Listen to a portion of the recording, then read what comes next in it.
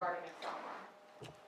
Well, when I got the call this morning, I was actually driving into work, and my heart skipped a beat when the call came out, and immediately I was on the phone with the officers on the scene trying to get the status of the juvenile struck.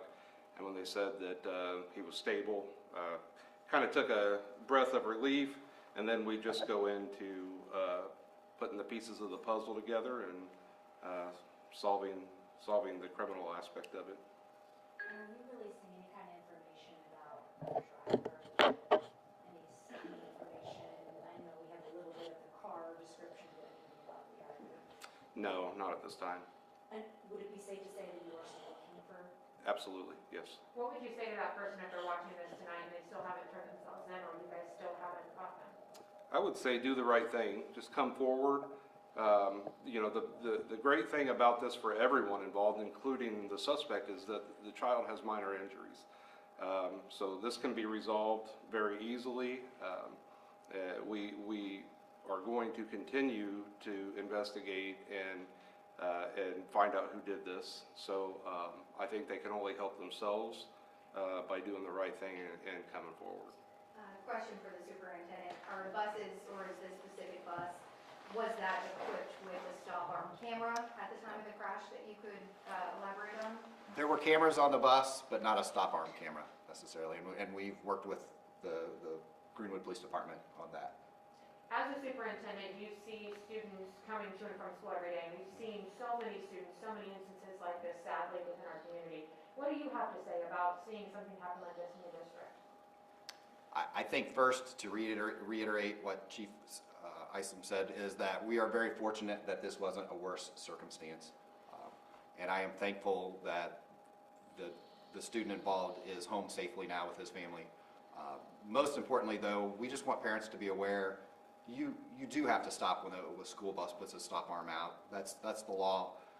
Please follow the law to keep our kids safe. This is about child safety, and we just want to reiterate that it's important to keep all of our children safe.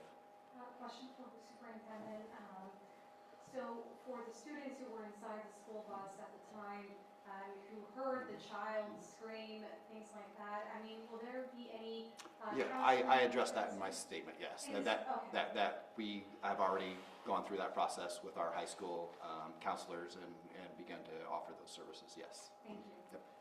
Chief, done a lot of coverage on reckless driving, and one thing that we always say is we see people that are speeding in school zones, we see people that are in a rush to get to where they need to be. What is your message for drivers on the road if they're out anytime, but specifically during these school hours, when it comes to just taking those few extra minutes, and what that extra time on the road could do in terms of saving a life and not rushing and having something like this happen again in our community? Sure. You know, slow down. Be attentive to what's going on around you and on the road. One of the biggest, there are so many distractions taking speed away, but so many distractions out there today, from smart devices to video or TV displays in the vehicle, radios, AirPods. When you're driving, pay attention to what you're doing, and take this opportunity to just put yourself in this position and think about how you would feel if you were speeding or you were not paying the proper attention and you struck a child and hurt them severely or killed them. Most of us can really empathize with, you know, what that would be like, and I think that's what it takes to deter that and to get people's attention. But in the meantime, our officers are constantly in the school zones, running radar, being visible. We follow school buses routinely on their routes to watch for stop arm violations. You know, we can't be everywhere all the time, but we do what we can to try to prevent this type of thing from happening. And again, you guys have video of the four-door sedan. You're looking for a dark four-door sedan with front end damage? Yes, the detectives have viewed multiple videos today. We actually have an agreement with the Ring Doorbell Company And this is relatively new. We've had this agreement for about a month, but in short, we can send a message to Ring, and they will put it out in a specific area. So, the 200 or 300 block stretch of the area of the road that accident happened on, those people who have Ring doorbells will get a push to their smartphone that says the Greenwood Police are asking for your help. This is what they're looking for. Could you view your camera? If you have something on that camera that would help them, please call them at this number.